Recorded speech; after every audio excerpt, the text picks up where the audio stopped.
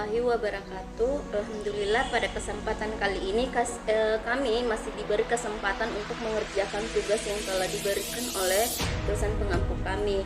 Nah, pada pembahasan kali ini kami mendapatkan materi tentang kewarisan, di mana dalam hal ini kita akan membahas yang namanya al-aul dan al-rad. Nah, al-aul ini dalam bahasa Arab mempunyai banyak arti, di antaranya salah satunya salim dan juga menyeleweng. Nah, seperti dalam surat An-Nisa ayat 3 yaitu, dan jika kamu takut tidak akan dapat berlaku adil terhadap hak-hak perempuan yang yatim bila mana kamu mengawininya. Nah, maka kawinilah wanita-wanita lain yang kamu senangi, 2, 3, atau 4. Kemudian jika kamu takut tidak akan dapat berlaku adil, maka kawinilah seorang saja atau budak-budak yang kau miliki. Ya, yang demikian itu adalah lebih dekat kepada tidak berbuat aniaya. Quran Surat An-Nisa ayat 3. Nah, definisi al-aul menurut istilah yaitu bertambahnya jumlah harta warisan dari yang telah ditentukan dan berkurangnya bagian para ahli waris. Al-aul adalah situasi di mana fard atau saham-saham para ahli waris yang berkumpul dalam mewarisi melebihi dari harta yang dibagikan. Terjadinya masalah aul apabila terjadi angka pembilang lebih besar dari angka penyebut, misalnya 8/6. Nah, biasanya harta selalu dibagi dengan penyebutnya. Namun, apabila hal ini dilakukan akan terjadi kesenjangan pendapat. Nah, akan menimbulkan persoalan yaitu siapa yang lebih diutamakan dari para ahli waris tersebut. Ada beberapa penyelesaian terkait dengan kasul aul ini, ialah menentukan bagian-bagian masing ashabul furud sekaligus menentukan asal masalah. Kemudian dicari porsi mereka masing-masing dan semua mereka dijumlahkan. Selanjutnya jumlah dari porsi tersebut dijadikan masalah baru. Nah, contohnya suami mendapat 1/2 warisan, 2 saudara perempuan akan menjadi 2/3. Asal masalah dari penyebut adalah 2 dan 3 sama dengan 6. Nah, maka pembagiannya adalah suami 1/2 kali 6 sama dengan 3. Nah, 2 saudara perempuan tersebut 2/3 dikali 6 akan menghasilkan 4. Nah, jumlahnya akan menjadi 7. Nah, angka 7 ini dijadikan sebagai asal masalah baru. Maka suami akan mendapatkan 3/7 dari jumlah harta warisan. 2 saudara perempuan mendapatkan 4/7 dari jumlah warisan tersebut. Nah, setelah itu pendapat kedua dari pendapat Abdullah bin Abbas yang tidak membenarkan aul. Hanya saja pendapat beliau tidak dikemukakannya ketika Umar bin Khattab menetapkan aul tersebut.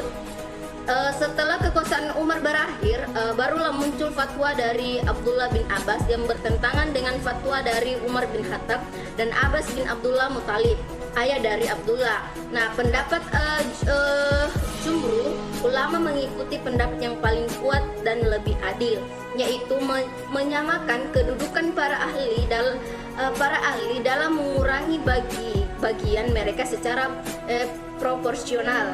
Nah, jadi pendapat Umar bin Khattab tersebut menjadi rujukan. Menurut penyelidikan para ulama faraid, asal masalah yang dapat terjadi aul adalah masalah 6, 12, dan 24. Tiap-tiap masalah tersebut mempunyai cara aul tersendiri.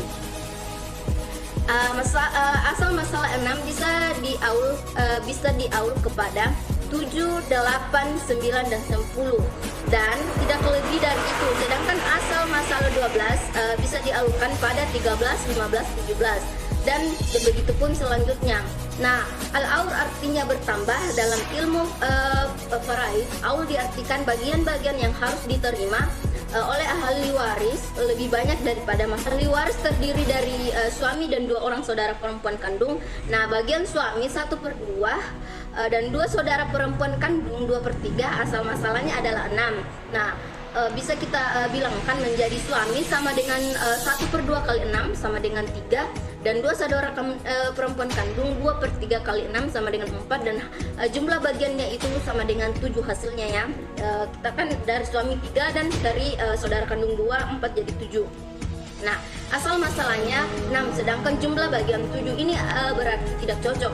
Agar harta warisan dapat dibagikan kepada ahli waris dengan adil, maka asal masalahnya dinaikkan menjadi 7. Sehingga penyelesaiannya adalah suami mendapatkan 3/7 kali harta warisan, sedangkan 2 saudara perempuan kandung mendapatkan 4/7 kali harta warisan yang diberikan.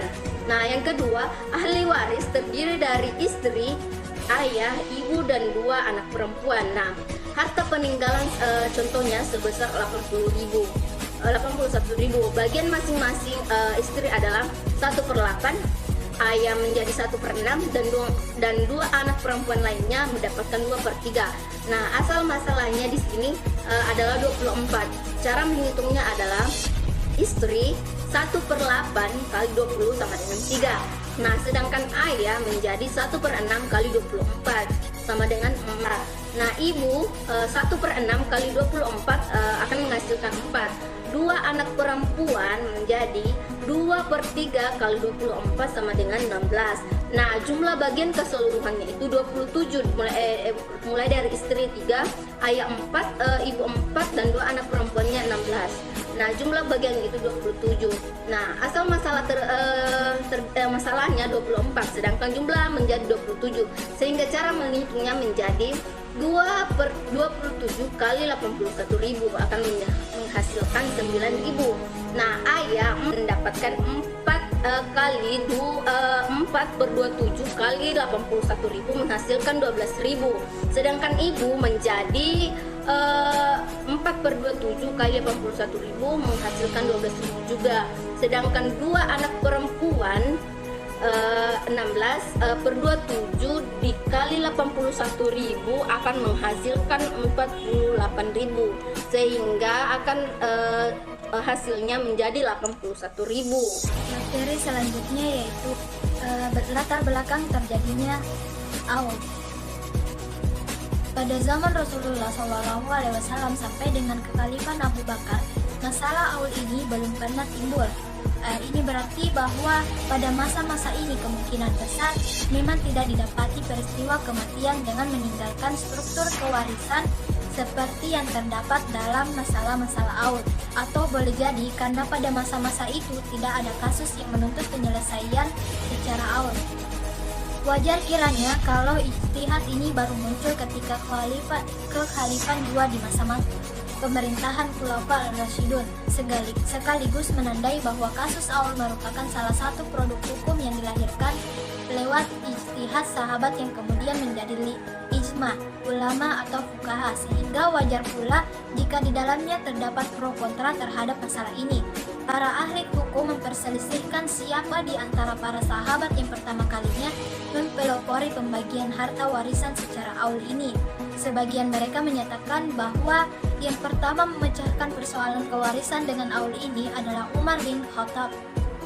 Sebagian lagi mengatakan bahwa Abbas bin Abdul Muthalib, di lain pihak bahwa Zaid bin Sabilillah orangnya. Bukanlah merupakan persoalan siapa di antara mereka yang pertama kali menetapkan cara-cara Aul ini.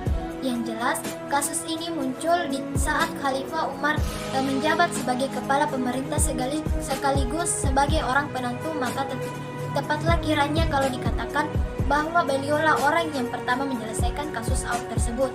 Sebab dalam riwayat disebutkan bahwa beliau pernah didatangi salah seorang sahabat yang menanyakan penyelesaian suatu masalah. Seseorang meninggalkan waris-waris yang terdiri dari seorang suami dan 2 orang saudara perempuan kandung. Beliau kemudian bermusyawarah dengan Zaid dan Abbas dengan perkataan, jika kumulai dengan memberikan kepada 2 orang saudara perempuan, niscaya tidak ada hak yang sempurna bagi yang lain. Yang demikian itu dimaksud dengan fard atau bagian tetap. Suami sebanyak seperduanya, sedangkan saudara perempuan 2/3 kalau dibagikan sesuai fard atau bagian tetap mereka. Harta warisan tidak akan cukup karena lebih dari satu, padahal harta warisan selalu dipandang sebagai satu kesatuan dalam permusyawarahan. Itu kemudian Abbas mengatakan dengan aulkan faraid, artinya berikan sesuai dengan jumlah saham yang mereka punya. Meskipun asal masalah menjadi berkurang, lantas Khalifan Umar memutuskan permasalahan tersebut dengan cara mengaulkan yang semula masih beliau ragukan. Dari latar belakang terjadinya aul ini dapat ditarik suatu pengertian bahwa kasus aul ini terjadi di Khalifah 2 masa-masa Khulafa al-Rasyidun, disebabkan tidak pernah munculnya persoalan dimaksud di masa Nabi dan Khalifah Abu Bakar. Sebab seandainya ini terjadi, pastilah ada keterangan ataupun hadis Nabi SAW yang berkenaan dengan masalah penyelesaian kasus tersebut, dan ada kemungkinan pula Abu Bakar mengharapkan persoalan tersebut di masa pemerintahan beliau. Sementara aul itu sendiri merupakan satu di antara produk hukum dari hasil ijtihad. Kasul aul yang pertama kali terjadi adalah asal masalah 6 aul ke-7. Sebab warisan terdiri dari seorang suami dan 2 orang saudara perempuan kandung, yang masing-masing memiliki fard atau bagian tetap 1/2 dan 2/3. Perselisihan pendapat tentang aul. Dengan memperhatikan uraian mengenai latar belakang terjadinya aul, Khalifah Umar menyelesaikan kasus tersebut dengan cara memperbesar asal masalahnya yang mengakibatkan berkurangnya bagian yang harus diterima para waris. Seperti dalam kasus pertamanya, seorang suami yang berhak 1/2 harta warisan justru hanya bisa mendapatkan sebesar 3/7-nya saja dari seluruh harta warisan. Begitu juga dengan 2 orang saudara perempuan kandung yang hanya mendapatkan 4/7, padahal sebelumnya ia memiliki fard 2/3. Hasil penyelesaian yang diterapkan ini kemudian menjadi perbincangan para fuqaha khususnya di masa itu, dan bahkan telah menjadi satu di antara masalah-masalah yang diperselisihkan secara meluas di kalangan mereka. Dalam artian, telah terjadi pro dan kontra sebagian mereka dalam menanggapi masalah demikian. Ini dapat dilihat pada alasan yang dikemukakan dengan para pelopor serta pendukungnya masing-masing, yang pada prinsipnya terdapat 2 kelompok besar, yakni Ibnu Abbas menyatakan bahwa pada lahirnya ayat-ayat kewarisan itu telah menjelaskan furudul muqaddarah, bagian tetap secara sempurna. Karena itu, setiap ashab ahli waris haknya harus dipenuhi selagi keadaan memungkinkan. Jika tidak, maka hak sebagian waris seperti anak-anak perempuan atau saudara perempuan hendaknya tidak dipenuhi. Pengertian rod. Rod secara etimologi memiliki beberapa makna. Di antaranya al-sarfu, pertukaran, al-irja'u, pengembalian, al-i'adah, penambahan, al-rafdu, penolakan, dan al-man'u atau pencegahan. Sementara rod secara terminologi adalah kebalikan dari aul, yaitu bertukarnya jumlah saham atau bagian ahli waris dan bertambahnya asal masalah waris. Atau rod adalah mengembalikan apa yang tersisa dari bagian tetap, asab atau al-furuj, ashab al-furuj, kepada mereka sesuai dengan besar kecilnya bagian mereka. Besar kecilnya bagian mereka apabila tidak ada ashab al-asabah atau penerima sisa. Ar-rod atau ar-roddu yaitu mengembalikan. Menurut istilah faraid ialah membagi sisa harta warisan kepada ahli waris menurut masing-masing bagiannya. Ar-rod ini dilakukan karena setelah harta diperhitungkan untuk ahli waris, ternyata masih ada sisa harta, sedangkan ahli waris tidak ada ashabah. maka sisa harta tersebut dibagikan kepada ahli waris yang ada, kecuali suami atau istri. Contoh penyelesaian dengan rod. Ahli waris terdiri dari seorang anak perempuan dan ibu. Bagian anak perempuan 1/2 dan ibu 1/6. Asal masalahnya berarti 6. Anak perempuan sama dengan 1/2 kali 6 sama dengan 3. Ibu 1/6 kali 6 sama dengan 1 plus jumlahnya sama dengan 4. Artinya ini 3 ditambah 1 menghasilkan 4. Asal masalah KPT atau KPK adalah 6, sedangkan jumlah bagian 4, maka penyelesaian dengan rod asal masalahnya dikembalikan kepada 4. Sehingga cara penyelesaiannya akhirnya anak perempuan 3/4 kali harta warisan, ibu sama dengan 1/4 kali harta warisan. Cara penyelesaian di atas adalah apabila tidak ada suami atau istri. Apabila ada suami atau istri, cara penyelesaiannya adalah sebagai berikut. Seseorang meninggal dengan meninggalkan harta sebesar 18 juta. Ahli waris terdiri dari istri, 2 saudara seibu dan ibu. Bagian istri 1/4, 2 orang saudara seibu 1/3 dan ibu 1/6. Asal masalahnya adalah 12. Istri sama dengan 1/4 kali 12 sama dengan 3. Saudara seibu 1/3 kali 12 sama dengan 4. Ibu 1/6 kali 12 sama dengan 2. 3 tambah 4 tambah 2 sama dengan jumlahnya 9. Karena ada istri, maka sebelum sisa harta warisan dibagikan, hak untuk istri ambil dulu dengan menggunakan asal masalah sebagai pembagi. Maka untuk istri 3/12 kali 18 juta rupiah sama dengan 4.500.000 rupiah. Sisa warisan setelah diambil istri berarti 18 juta dikurang 4.500.000 sama dengan 13.500.000 dibagi untuk 2 orang saudara seibu dan ibu, yaitu dengan cara bilangan pembagi adalah jumlah perbandingan kedua pihak ahli waris, yaitu 4 tambah 2 sama dengan 6. Maka bagian masing-masing adalah 2 saudara seibu sama dengan 4/6 kali 13.500.000 sama dengan 9 juta. Ibu 2/6 kali 13.500.000 sama dengan 4.500.000. Jumlahnya 9 juta ditambah 4.500.000 sama dengan 13.500.000.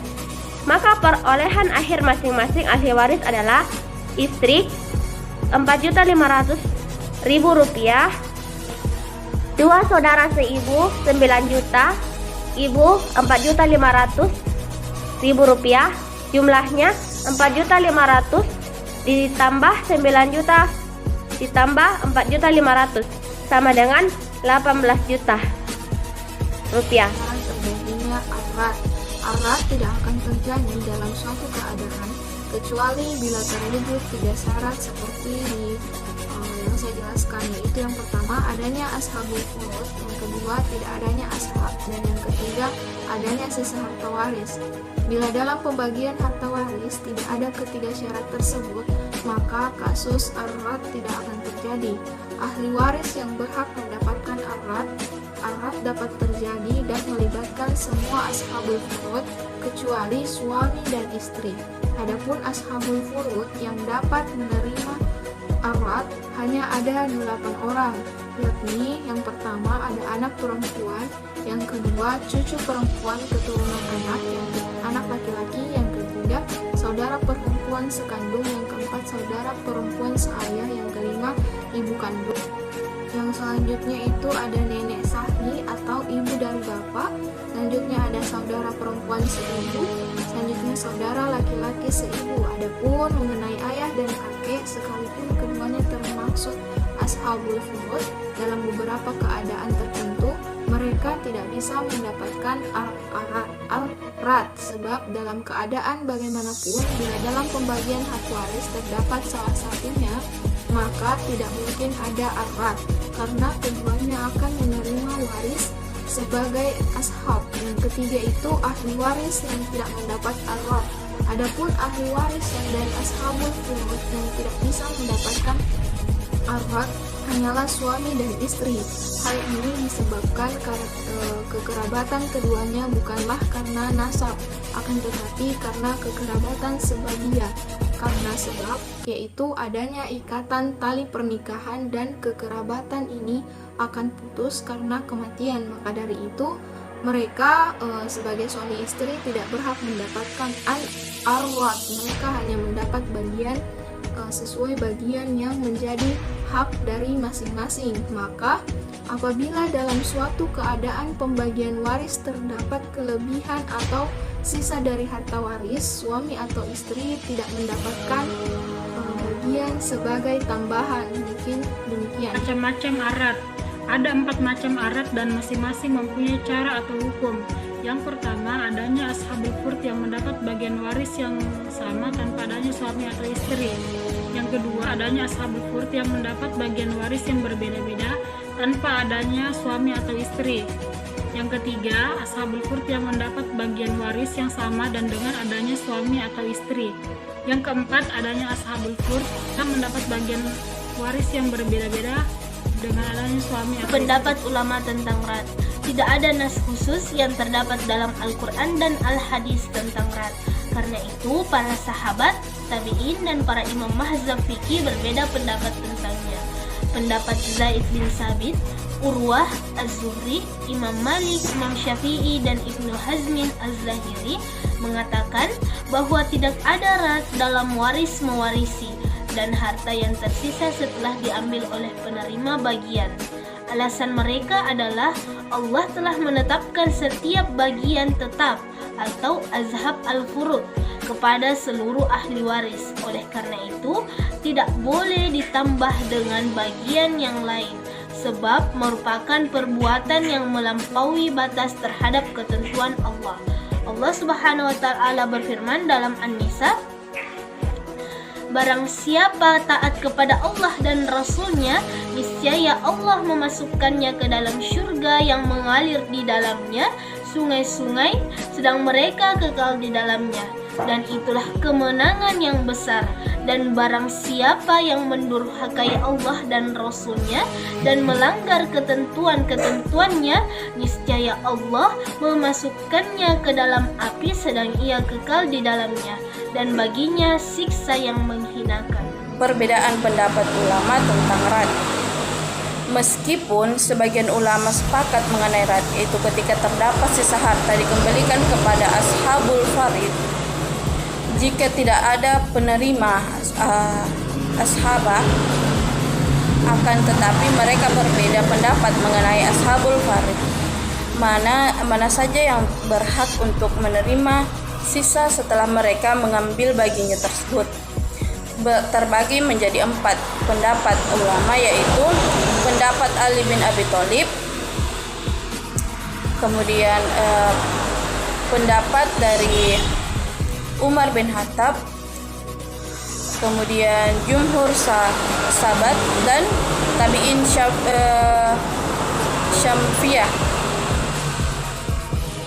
Kemudian pendapat ini berdasarkan surah Al-Anfil ayat 75. Kemudian pendapat Utsman bin Affan bahwa pengambilan sisa demikian kepada seluruh penerima bagian tetap ashabul farid tanpa terkecuali. Beliau beralasan bahwa suami istri juga menanggung kekurangan pada bagian mereka ketika terjadi kasus aul. Mereka juga kekurangan pada bagian mereka ketika terjadi kasus aul.